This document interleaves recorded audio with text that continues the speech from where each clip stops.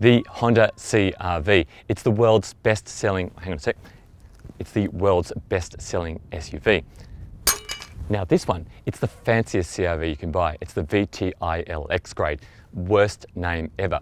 But having spent a week with it with my family, I have to say, great SUV. But before you go and buy it, there's a few things you should know. This completely new generation CR-V arrived in mid-2017. It's bigger, wider and taller than the last one, and it looks good, but also kind of like every other SUV out there. But so do mobile phones. I mean, they all look the same, but it's what they do and how they do it which separates the good from the great. The Honda CR-V is actually classified as a mid-sized SUV, but it's really quite big for the segment. It's 4.6 meters long. If you're considering one, check out the Hyundai Tucson, the Toyota RAV4, the Mazda CX-5, and the Nissan X-Trail. Now, as we said, the VTi-LX is the king of all CR-Vs. So why the hell would you spend the extra money and get it? 3 really good reasons. First one, LED headlights. The rest get halogen and they're like candles compared to how bright these are. The next reason, tinted rear windows, keeps the sun off your kids' faces in the back. And finally, probably the most important reason is that it comes with advanced safety equipment as well. Things such as AEB, lane keeping assistance, and adaptive cruise control. That adaptive cruise control is amazing. On the weekend, I drove from Newcastle to Sydney and I didn't touch the brake or accelerator for 115 kilometers. There's a camera and a radar, it tracks the car in front and it will brake and accelerate the car autonomously. Amazing. So those are the 3 reasons why we reckon you'd get the VTi-LX grade over the other CR-V grades, but why would you get the CR-V over, say, a Tucson or an X-Trail or a RAV4? Also, we'll reveal to you the 5 quirky Honda features of the CR-V.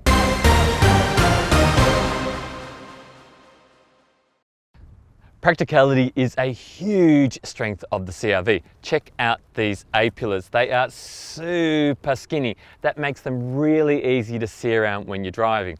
Now, look at these back doors. They open at almost 90 degrees. It's 89 degrees, in fact. That is incredible for this segment. What that does, it creates this enormous, sorry about the mess, we've literally just got back from Father's Day. That creates this enormous big aperture. That means getting kids in and out of their car seats is so much easier. Check out the boot. Around here we have an auto tailgate. Now, really convenient, also really slow, but it does open pretty high. I'm 191 centimeters and I can almost stand underneath it. It does have a really low load lip though, and that's great because you don't have to hoist your shopping and your bags over. Okay, the boot size.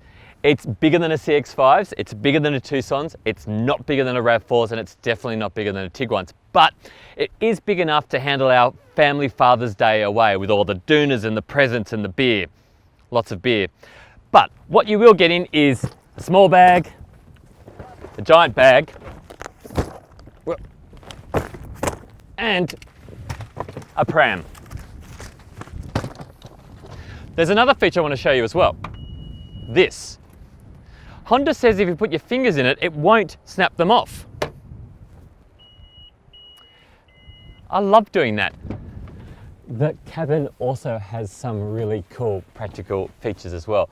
Now, I'm a giant. I'm 191 centimeters tall. This seat is actually in my driving position. Look how much room I've got. That's outstanding. Headroom is also really good in this grade. It's not good though in the VTi-L, which is a 7-seater. That's because in the 7-seater VTi-L, the second row is on rails and that raises the seat higher. To be honest with you, I can't actually sit up straight in this. That's a minor. In the back here, you've also got air vents for the kids, you've got 2 USBs, you've got ISOFIX points in the outboard seats, and quirky Honda feature number 1, top tether anchor points on the roof. It's a Honda thing. Anyway, these seats are leather, they're really comfortable, and so are the ones in front. Okay, these seats in front are also leather, obviously. They're comfortable. They're actually really big in the base, big in the back. That suits me just fine. But for my wife, who's quite a bit smaller than me, she didn't find them hugging enough. Still, we spent 3 hours at a time in them and they were supportive and comfortable. Quirky Honda feature number 2. Honda is known for its innovative storage, and this is what can only be described as a shape-shifting center console storage bin. Now, I've been living with the car for a week and I'm still not sure how to use it, but there's plenty of room. There's enough room for one of those, your Tupperware containers of Apple, USB ports are in there, dinosaur hidey hole. Seriously, I'll work it out, I'm sure. All CR-Vs come with the same size screen. It's a little bit annoying. It would have been good if the top of the range grade actually came with something larger, but no, they all get a 7-inch screen. Now it looks like it's going to be really big, but when you turn it on, it's only a small portion of that screen. This grade gets built-in sat-nav, which is good, but what is even better is Apple CarPlay and Android Auto. These apps mirror your functions of your phone onto your screen, and it is amazing. All right, let's take it for a drive, because even if it's the most practical thing in the world, if it's crap to drive, you're gonna hate it.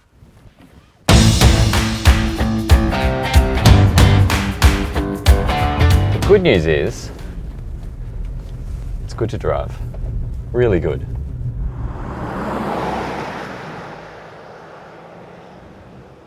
I think my favorite thing about the Honda CR-V, and this applies to all of them, is the steering. It's smoother than a real estate agent. I'm telling you, it's excellent. It's smooth, it's accurate, it's light, but also heavy enough. It feels good. The steering, talking of feeling good, the steering wheel feels good too. Now, I don't like to dob on people, but Toyota steering wheels are terrible. They're flat and they don't fit my hands. And this Honda steering wheel, it does. The leather feels good, and the way it's molded around the thumb area, it fits my hands perfectly. I'm really happy with it. And then there are the brakes. The brakes are really responsive, like big toe responsive. You don't have to step on them or stomp on them. It's really, really sensitive. Not overly sensitive, not bitey brakes, but really well weighted. Perfect brakes. In terms of stopping power, the brakes pull this up really, really well. Now, the VTi-LX is all-wheel drive, not four-wheel drive. Don't take it off-road. Well, you can do dirt and you can do gravel, but don't try and do the Simpson Desert in it. I can't help you out there. So try and keep it on the road. The all-wheel drive is good for safety. In the wet, it gives you a little bit more traction, a little bit more stability. Now, in terms of fuel economy, Honda says you should see about 7.4 litres per 100 Ks. That's with combined driving. Now, talk about combined driving. I have done every combination of driving you can imagine. Freeways to Newcastle from Sydney, country roads, suburban roads, daily drop-offs at the daycare centre, sitting in standstill traffic in the city and CBD, my daily commute into work. And I have got, in 403.9 kilometres, I have got 7.5 litres per 100 kilometres. 7.5. They say 7.4, I've got 7.5. Look, do you know what? In 7 years of road testing cars, 7 years of driving cars and writing about them, this is one of the only cars that's managed to almost hit their serving suggestion in terms of fuel economy. That's outstanding. And I haven't even been trying to hit that mark. It's just happened. Really, really good. Okay, and now we have quirky Honda feature number 3.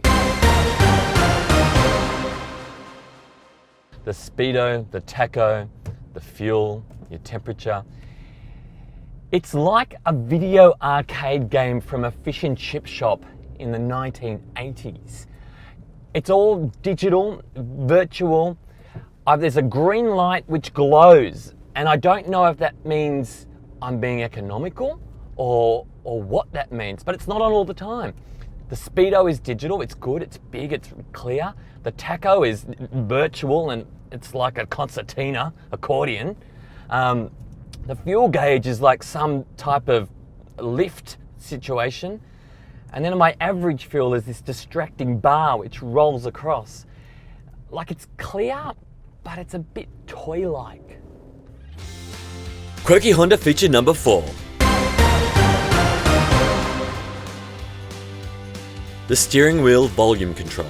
Yep, this is how Honda wants you to turn up the stereo. Ugh. And that brings us to Quirky Honda feature number 5.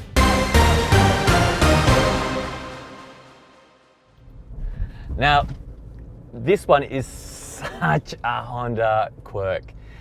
So when you put your indicator on, you get this side view camera angle of what's on your left-hand side. Now, the idea is there. The thought, it's a thought that counts, Honda. Yes, thank you.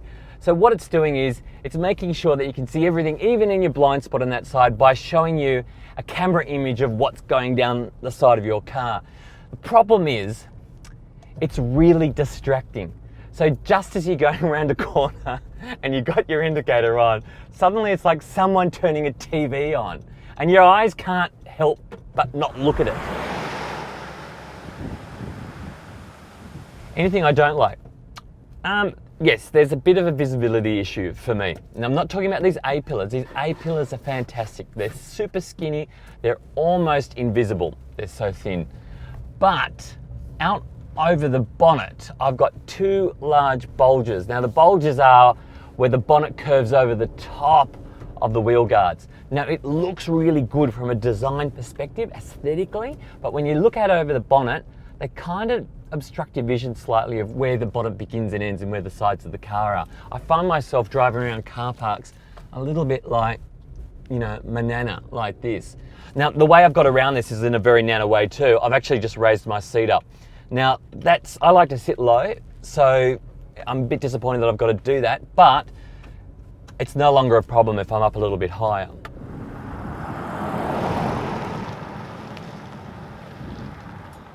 Okay, anything else? Yes, and I've got to pull over to show you this.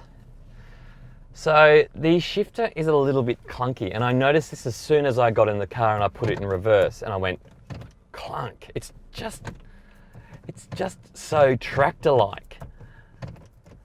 So clunky and a bit rattly. Yeah, the action could be a little bit more refined, Honda.